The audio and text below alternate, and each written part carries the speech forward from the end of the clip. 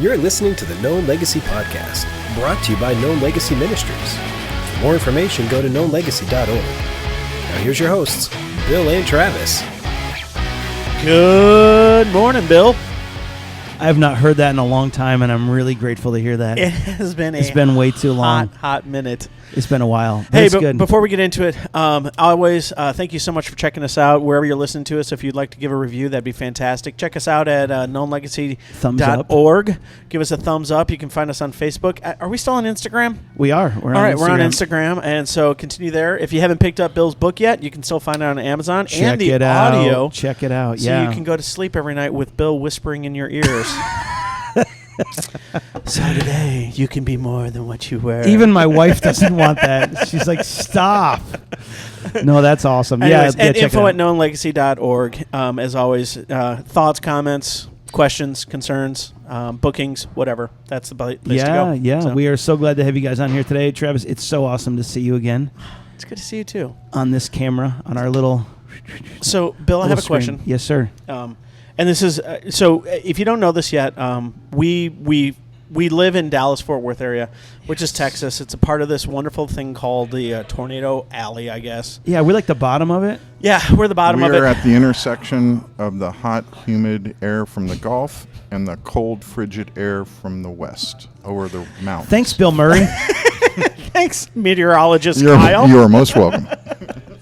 Anyways, my question is, why do we keep believing the meteorologists? Like, they will constantly, like, 4, 5, 6 days out, like, it's going to be a level 3 hail event with tornadoes everywhere. Yeah, and then yeah. the night rolls in, and it's some thunder and lightning, but you get no sleep, and you wake up, and there was, like, no hail, and it was just 3 inches of rain. It just drives me crazy. It's crazy because I'll like prepare, I'll like clean out my garage because let's be honest, no one's garage is clean enough to put a car in. Okay, that's Right. the deal. So, but I clean it all out and then I get my wife's car just perfectly in it because mine's already been destroyed from last year's, hail Mageddon or whatever it was called. It was terrible. Snowmageddon. But now I'm like gun shy from all this. Who knows? Kyle, he's like a fantastic, man. You need to do this more often. All right, continue. I totally missed the diss. I don't know what it was. So I was trying to help you, but Snowmageddon wouldn't have hail. I know I was like hail Mageddon. We'll go with Anyways, that. so we're there. But I'm always prepared, and then nothing, and then it's like 3 drips of rain. Yeah. But then last night, like all of a sudden, it's like, where'd this weather come from? Right. And I was like, should I put her car in? Then you're always second guessing. At 2 in the morning, you're standing there waiting to hear that first like tink, tink, tink, tink, tink, and then like run outside. Yeah, it's not. So I like a it. dog return to the vomit because I always believe them. Yeah. And I always freak out and I never sleep well. I was up like 5 times last night and just horrible. So the big question today that we're wrestling with is, how do you know who to trust? Bill. Not the weather, man. I'm just kidding. Not the weather. No, I'm just kidding. Anyways.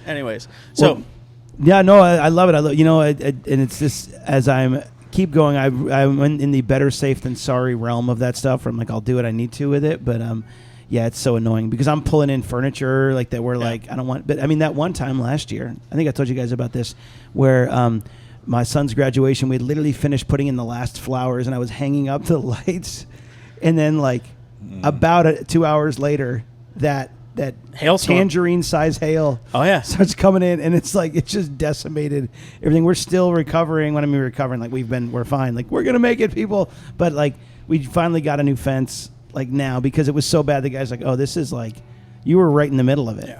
And so so every time now that I hear hail, I'm like okay. So to transition to happier questions. Yes.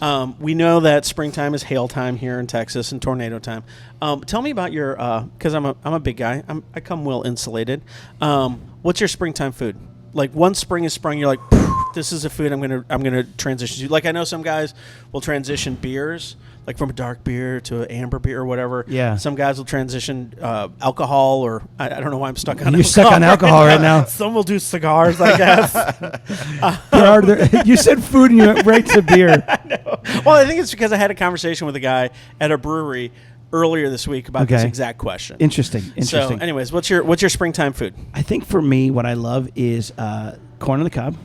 Oh. Watermelon and baby back ribs on the smoker. Amazing. Nice. Amazing. I love it. Yeah. What about you? It's grilled whatever. Like all of a sudden, like March hits and every other night we're grilling.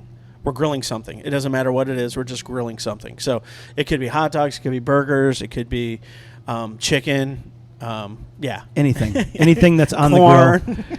Let's just name things that we can We put on the grill. Shrimp kebab, Anything- shrimp gumbo. Anything you want to put in the fridge, Tommy. You know what I'm saying? You can put 6 packs of soda, candy bars in the freezer. Well, we Kyle, are how off the about you? rails. How Kyle, what you, about you? Kyle? I agree with the grilling because, in the winter, it's just a pain. It's freezing and whatever. You don't want to be out there. But spring comes and you can pop that grill open and do it. So I agree with that. Just go. Bill, why don't you introduce our guest on site? I would like to know. I know this is person. a great thing, live in person. This is a friend of mine, Brian. I'm kind of surprised he hasn't walked away yet. I know. I'm really. Thank you for Seeing putting this up with opening, us. he's like, Oh, this out. is a podcast?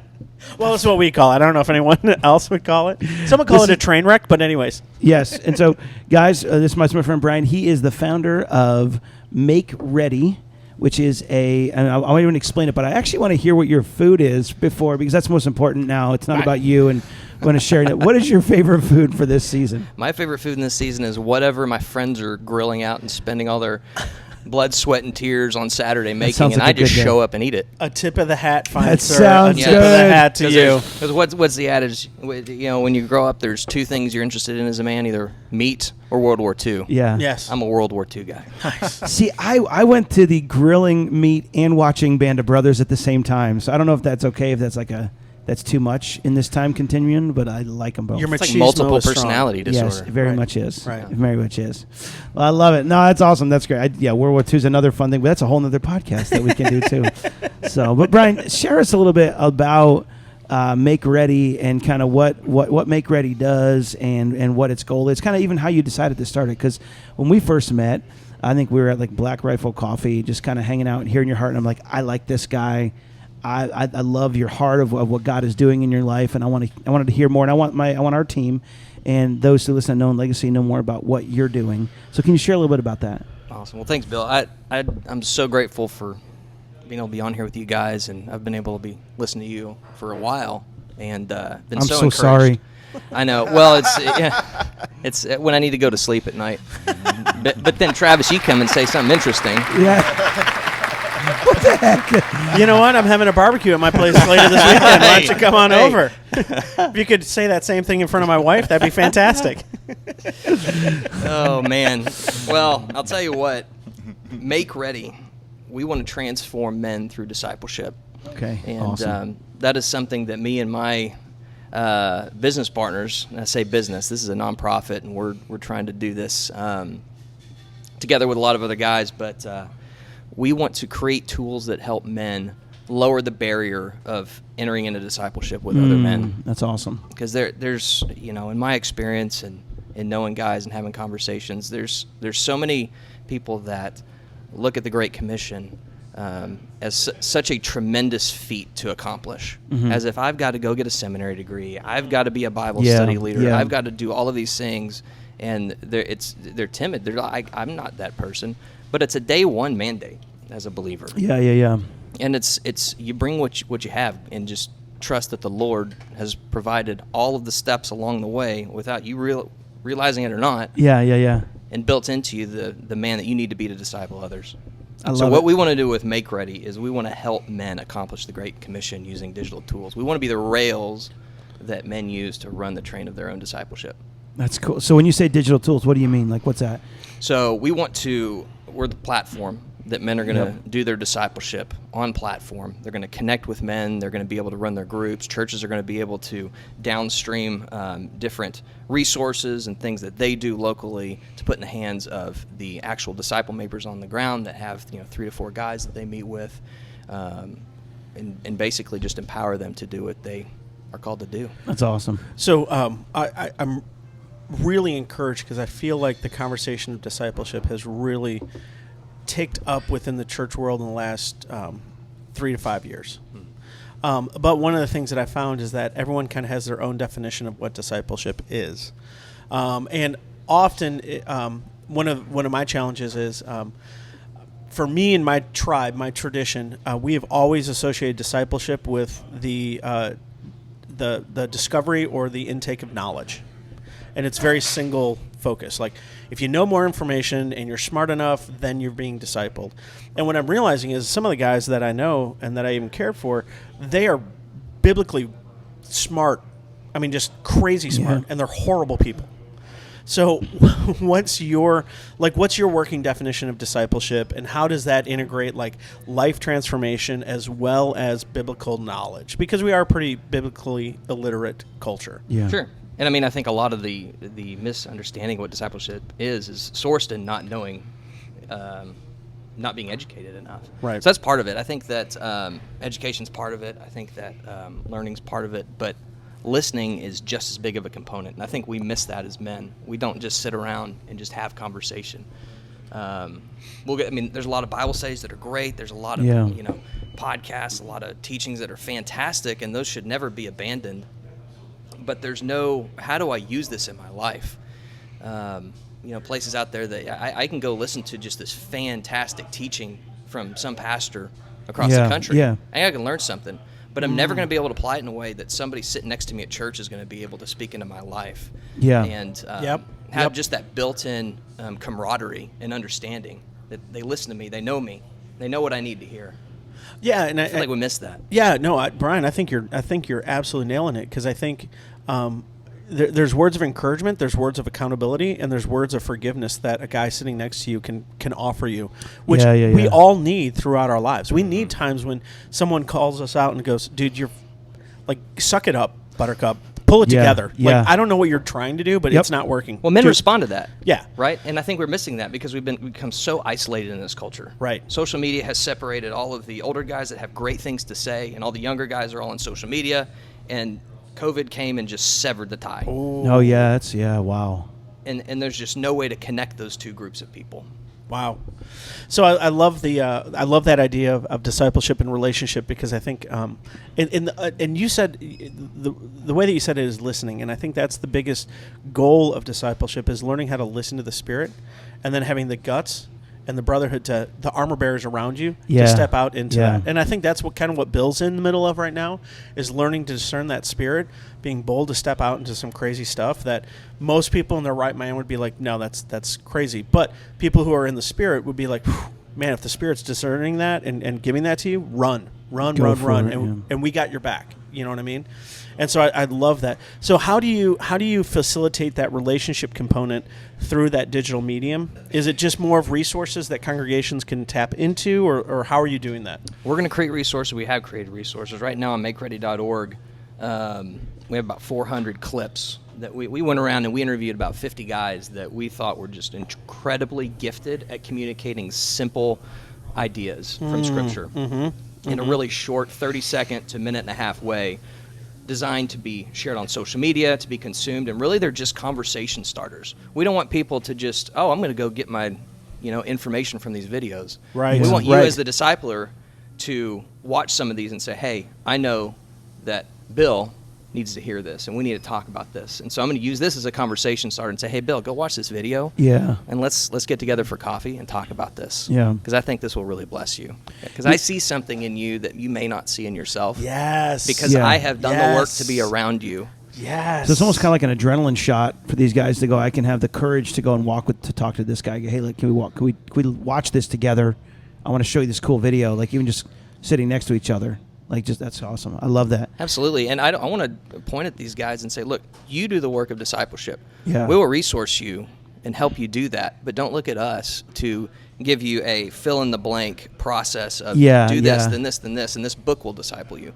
You need to disciple that guy. That's brilliant. Because I love that. I think it offers that third point of tension, because often it's hard for us to call each other out. But if there's, like in marriage counseling, what I often will do is I'll say, my job is to ask the question that both of you want to ask, but you're terrified to ask of each other, because as soon as you ask it, put someone else on the defensive, and then the whole conversation's over. Yeah. So I'm the one that you'll hate, because I'm going to ask it, and you can communally hate me, but it's going to get you to talk about the very thing that you need to talk about. And I think that's kind of what you're talking about here, is you guys are the resource that creates the tension, that facilitates. So it's facilitates the open space for people to actually have conversations and actually hold each other accountable. Is that kind of what you're saying? Light is a sanitizer, right? Yeah. You bring men into the light, and it just all kinds of things come come to the front that need to be dealt with. And a lot of the times, just saying it and just having a conversation about it makes it real to that guy. Yeah. So I love it. So one more question for me. Thank you, Bill, for letting me You're monopolize great. You just do what you got to, man. I'm just here hanging out anyways. I got coffee. Things are good. Tell me about what was your journey to this point? Like, how did you end up here? That this is something that you're, that you're investing in and giving time, energy, and resources. You're a dad. You got 2 kids, a third on the way. There's 100 different things you could be doing in the evening besides this or during your day. Why this, and how did you end up here? So me and the other guy that has started this, we come from the media production world, specifically like TV commercial production. And so we've done this for about 10 years, traveling the world, all kinds of huge brands. It's a lot of fun, but really got to the point, both being believers, of what are we doing for the kingdom? There's really, we are capitalists, and we want to participate in the world and what we're doing and deploy our skills. But how can we deploy our really unique skills, especially for Christendom, towards the gospel, given the fact that both of us have been blessed by tremendously strong men throughout our lives that have poured into us, been faithful to ask us questions, been faithful to be there. And so it really started with answering that question with, let's just go interview all of them. That's cool. Then see what happens. Yeah. And in that process, and add on to that, going to people to say, hey, would you help fund this? We got the question of, well, if you're going to go interview these guys, what's next? If you're going to go start a question, are you going to have some way for men to follow up? Because, this happens a lot in men's ministry, is the mountaintop experience. Yep. You go to a men's event, it's fantastic. It's the camp atmosphere, right? Yeah. That you remember as a kid. It's like, why can't you duplicate this in your everyday life? You get done with the mountaintop, you come down, you come home, and man, life hits you in the face. Yeah. And there's just all these competing priorities, and it just gets lost. And so we wanted to inject something into that. And so we, through the research of it, asking God to deploy our skills, we've really landed at this. Let's build the discipleship platform that lives online, that enables, encourages, and resources men to go do the discipleship in their own life. That's awesome. Now, are you, I had a chance to check out the website. I love it. It's super clean. The videos are amazing. Thank you. Do you have a goal in mind for your first year of what you want to see accomplished with this? Well, so we launched about 3 weeks ago, and I very much feel like I'm inviting people into a construction site. It's okay. Hey, what do you think about the building? Well, there's a roof. Where are the walls? It's a nice construction site, though. I'll be honest with you. I like it. So I appreciate that. I mean, our next goals are to expand the offering of content that we have. Okay. And so we're working on that now. We want to do a masterclass style topic, driven. Yep. How do you tackle the conversation of my marriage is falling apart, pornography, the workplace, just different things that are, shotgun. We're going to answer these questions for people and give resources to men to use these to disciple their guys. Nice. The next phase that we're working on right now is how can we make groups possible on this? How can churches run their men's ministry through this platform? Okay. And we'll provide tools of connection, tools of scheduling, and all the things that are, I don't say missing, they're just disparate. They're not in one space. Yeah. And more often than not, we have to go use the world's tools to accomplish God's mission. Yeah. And I think we're perfectly capable of creating things that can accomplish that together. No, that's awesome. I love it. So you guys, how long have you guys been working on this before it kind of became a reality? So we've been doing this about a year. Okay, so totally. We're about a year in, and we've been talking about it longer than that. I was going to say, because you guys were, when you were out doing commercials, it was just, was this years ago in the making, or? Well, so me and Scott originally met through the workplace and quickly realized that we had some very common passions for discipleship. Scott went through Tommy Nelson's discipleship program. Okay. And it was just a massive light bulb, world-changing moment for him. And I grown up a PK in ministry, camping ministry, and so these my whole childhood was a mountaintop experience, which in my personal life had sort of a numbing effect with me in the gospel. I knew it all. It wasn't as transformative to my life as it should have been. Yep. And as I grew up, it's God was faithful to work on me and put men in my life to really tune that faith into one that was working in my life that I could then transport to other men. So let me ask this. Let's say a guy is listening, and he is like, man, I desperately need to figure out a way to put into practice the knowledge that I know or the relationship that I have with Jesus.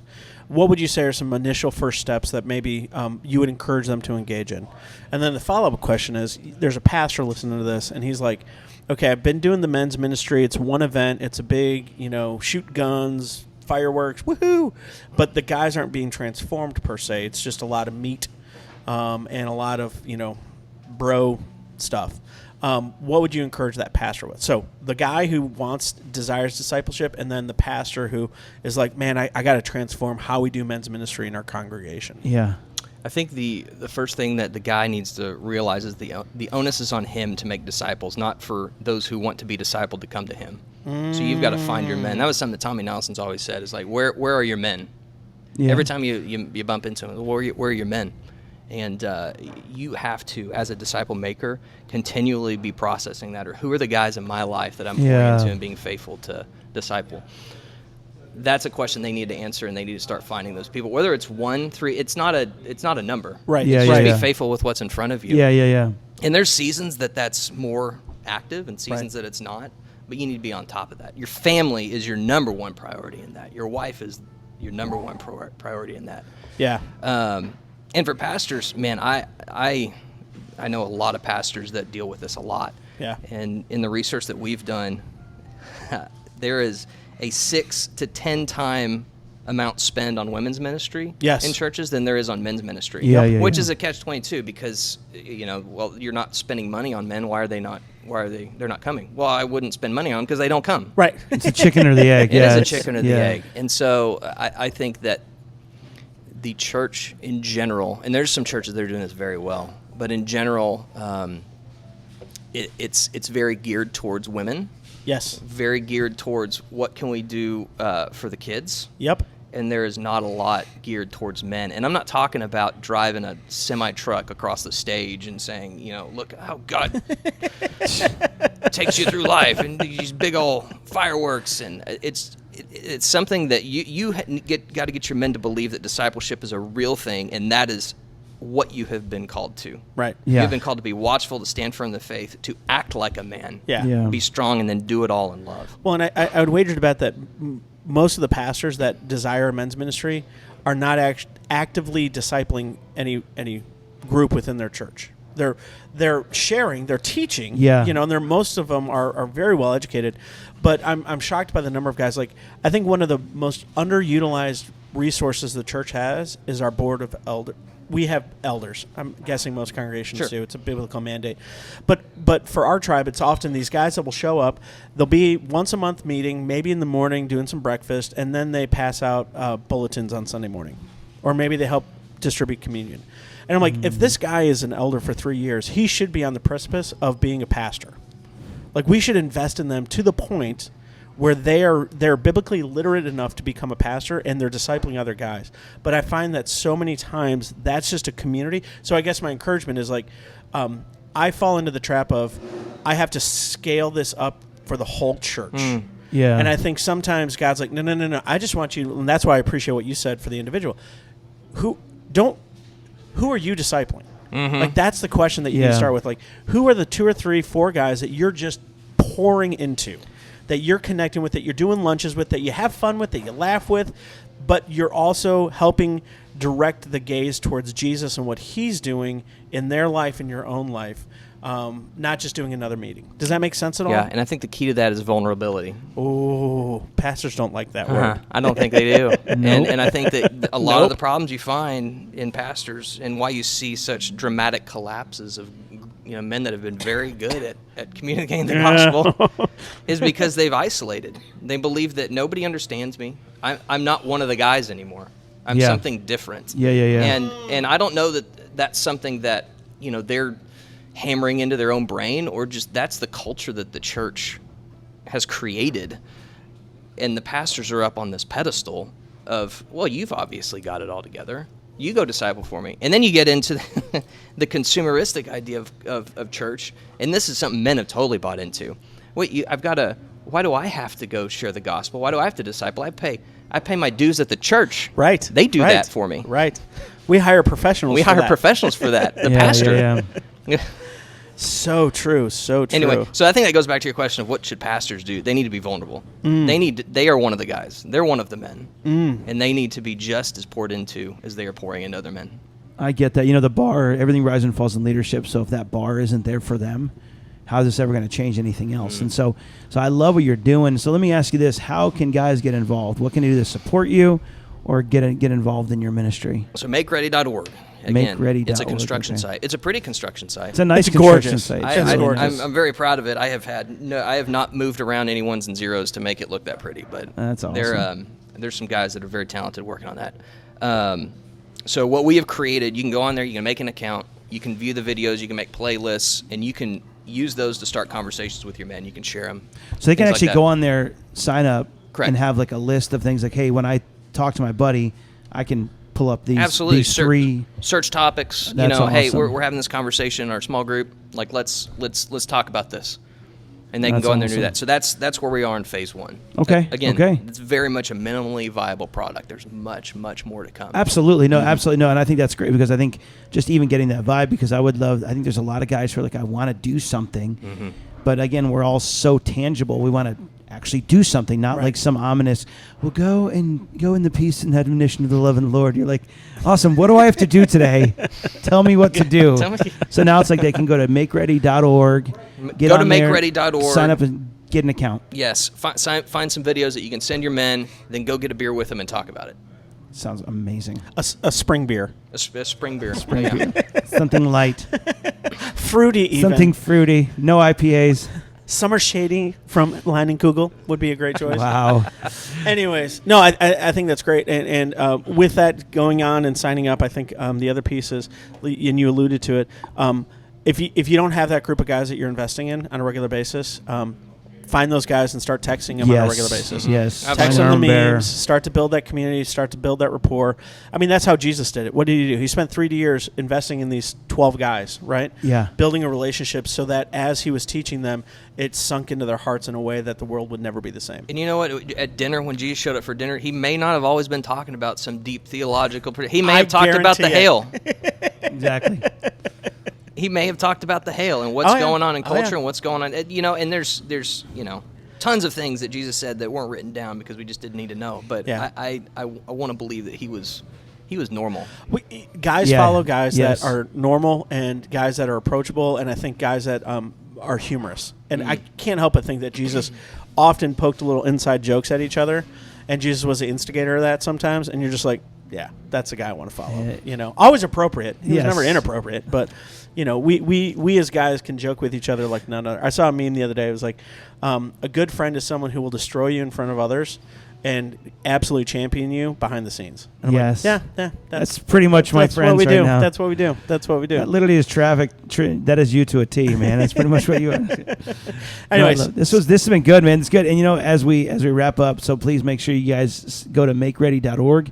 Check out that site, sign up, get yourself an account there, look at those videos. I remember when I went on there, I literally started scrolling, and then it was like there were 15, 20 seconds, and then I'm like 11 in here. Like, these are cool, and they're really cool tidbits of truth that I love. You said like they're just small, that they're not like, because a lot of times when I get on like a YouTube video, I'm like, it's like 86 minutes. Why are you not going to watch this? And they could have said it in 30 seconds. Exactly. Yes, and I'm yes, scrubbing yes. through it. It's like, hi, my name's Ralph, and I'm with East Bumble Baptist Church. You know what I'm saying? And they're like, and they got like a whiteboard behind them, and there's like, I'm like, oh no, Ralph, no, East don't do that. Bumble Baptist Church. I like that. I think that's in Alabama. I guarantee Sorry. it is. I guarantee. Sorry, it East is. Bumble. Sorry, East Bumble. If there's an East Bumble, I apologize. That Don't wasn't mean to offend directed at anyone. you. Again, info at knownlegacy.org. You can put your complaints. All the names and and faces have been changed.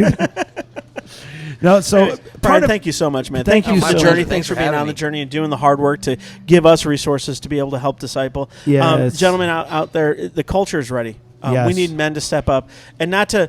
This is not a political thing. This is just we need men in our families. We No, need they men, need to come alive. In marriages, we need men to just Yes. be followers Yes. of Jesus passionately, because 100%. eternities matter, and we are part of that story. No, I get it. And here's another thing, guys. As we continue to do this, I don't know why it's on my heart, but as we lead our families, this does change the world. This is part of the life change we're trying to bring here at Known Legacies. Get involved with a bunch of guys. What do I do? There's a ton of stuff, and I wanted to bring this out because it's such a great element to add to these guys' journey to go, hey, I'm at a cigar shop, or I'm at the church, or I'm like, hey, I'm going to go grab a coffee. I'm like, dude, check out this video. Yeah. What do you think of this video? It's not like, hey, brother, we're going to have a 10-week study. It's like, hey, man, what do you think of this video? I saw these. I caught these. Have you seen these? Yeah. These are really cool. I think there's a lot of easy ways.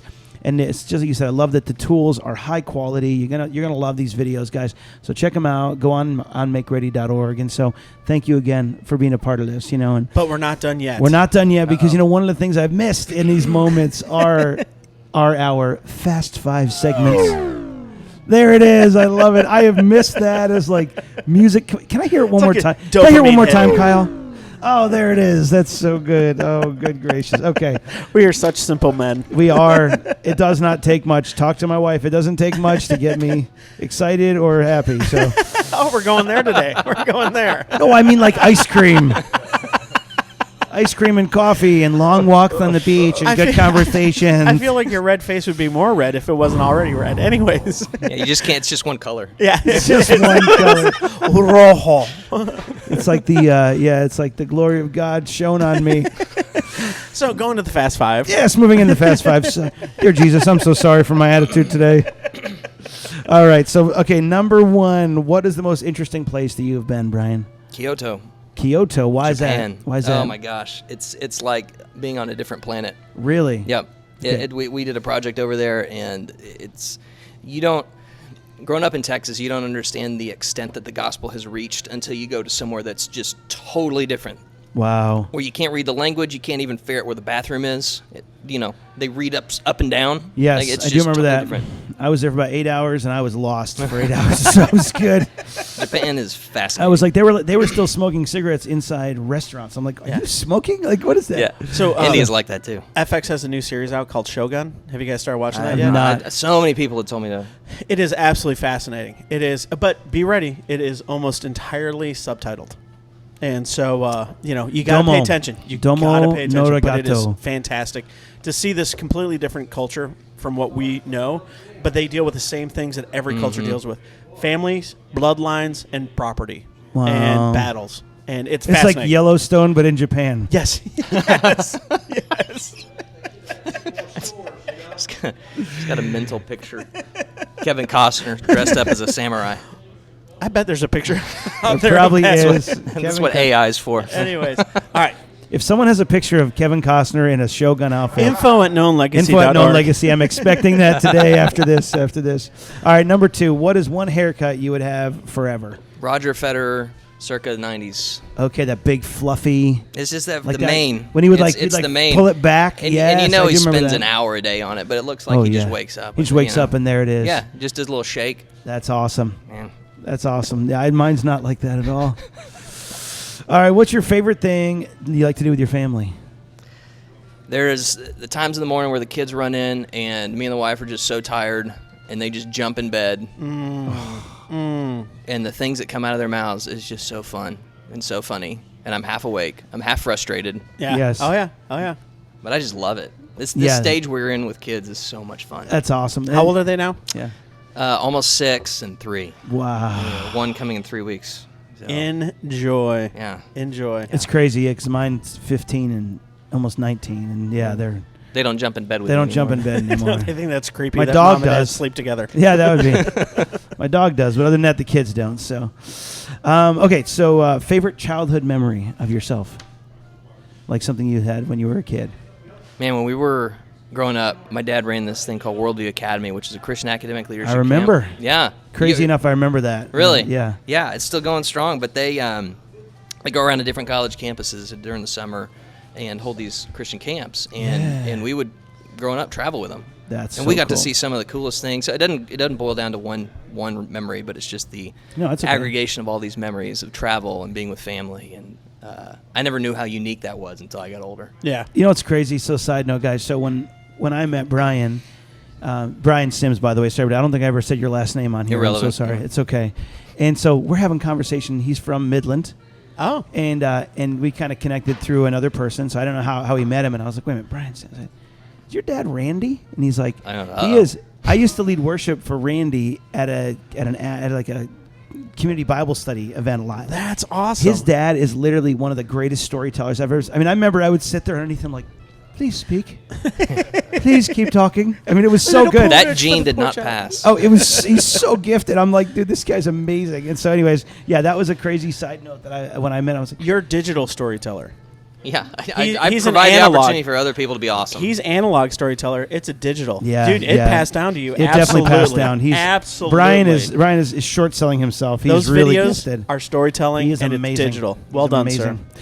Okay, last thing. One thing on your bucket list you'd want to do before you die. I want to see my kids get married.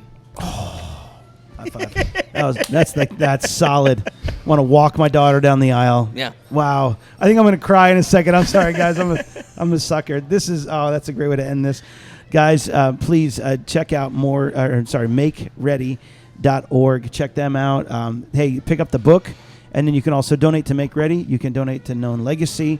Man, we're jumping full force into this. May 31st is our launch date, so we are excited to see what God has in store. But I know keep supporting Make Ready. Go over there, sign up to an account. We're going to have you on again. Yep. I see us partnering together, and so, guys, so grateful that you took the time to listen. Do me a favor. This sounds random. Text your wives right now and tell them you love them.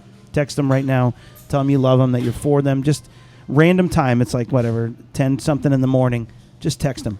And, man, God has big things for your family. God has big things for what he wants to do in the church inside America. I believe Brian is part of that. I believe Known Legacy is part of that. So thank you guys so much for listening and being a part of today. Travis, any last thoughts? God bless you guys. Brian, any last thoughts? That's it. I'm so grateful for you guys and what y'all are doing. Thank you. Kyle, any last thoughts? I'm good. My mic's off. Kyle's mic is off. Try again. I'm good. Travis likes to mute me after I make a couple comments. He's like, "You're in the done." beginning. You're done. I was getting feedback, man. I was getting feedback. And on that note, guys, have a great week. I'm so sorry. We'll be back on soon. Thanks for listening to the Known Legacy Podcast.